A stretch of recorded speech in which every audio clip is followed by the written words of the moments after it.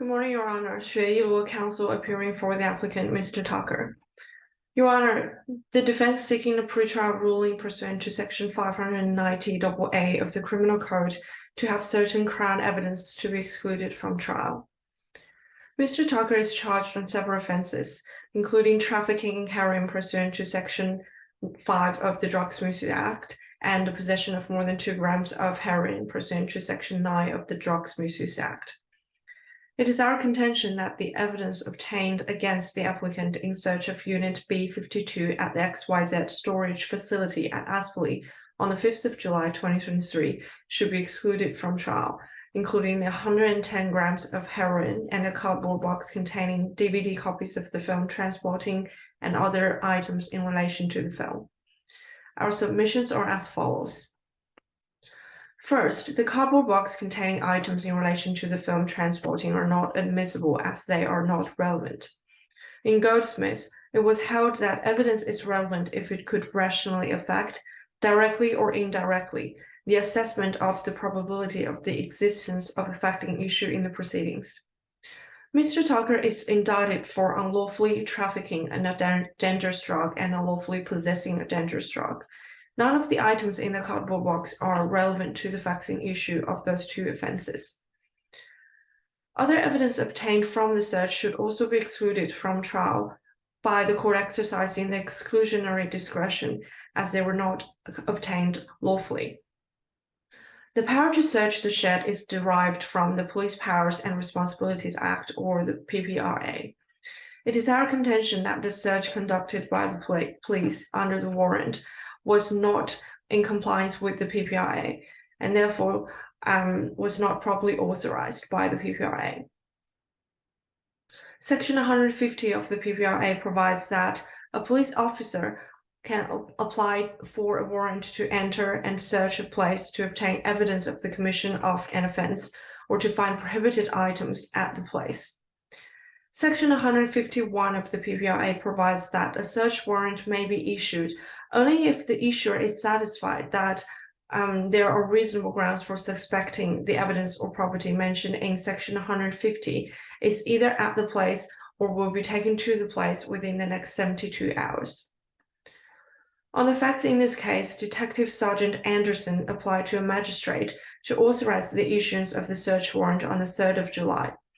At the time of the application, the police believed that all the drugs stored in the shed has been sold, and more drugs were due to be delivered to the place by 10th of July, which means at the time of the application, the police believed that there were no drugs stored at the place, and there's no evidence or indication that more drugs will be taken to the place within the next 72 hours. Therefore, the elements set out in Section 151 of the PPRA were not satisfied at the time of the issuance of the search warrant. Section 150, subsection 4 of the PPRA provides that the application for a search warrant must be made to a Supreme Court judge if, when entering and searching the place, it was intended to do anything that may cause structural damage to the building.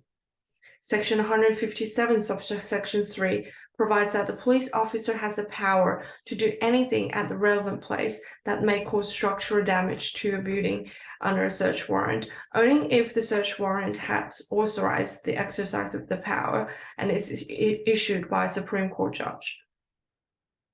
In the application for the search warrant, Detective Sergeant Anderson expressed the necessity of the removal of an internal wall to search within the insulation material.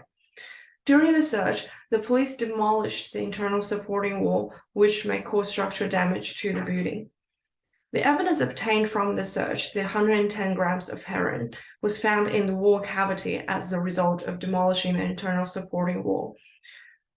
Given the search warrant the police did not authorize them to do so, and it was not issued by a Supreme Court judge, this piece of evidence was not obtained under proper authority given by the warrant. Section 156, subsection 1 of the PPRA provides that a search warrant must state the warrant evidence or property that may be seized under the warrant and the day and time the warrant ends. There is no such information on the warrant in question.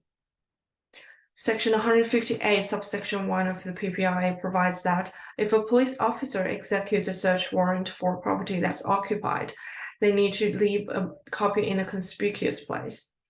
In this case, the police had the knowledge that the place was occupied because they were advised so by the manager of the facility, yet they failed to leave a copy of the search warrant at the place. Considering all the points above, it is our position that the search conducted by the police on the 5th of July was in breach of the PPRA. Section 5E of the PPRA provides that the purpose of the PPRA is to ensure fairness to and protect the interest against those who the police exercise powers under this act. Section 7, subsection 1 of the Act further notes that it was the Parliament's intention that the police officers should comply with the PPRA when exercising their powers and performing responsibilities under this Act.